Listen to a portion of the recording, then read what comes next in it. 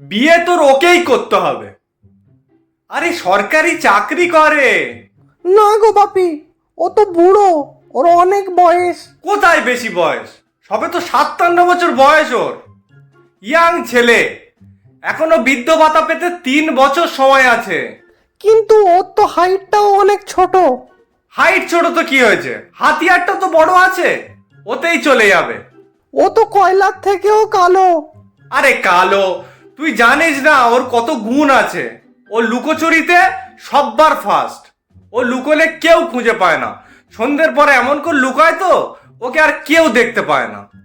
আর মাথায় তো চুলটাও নেই, পুরো টাক।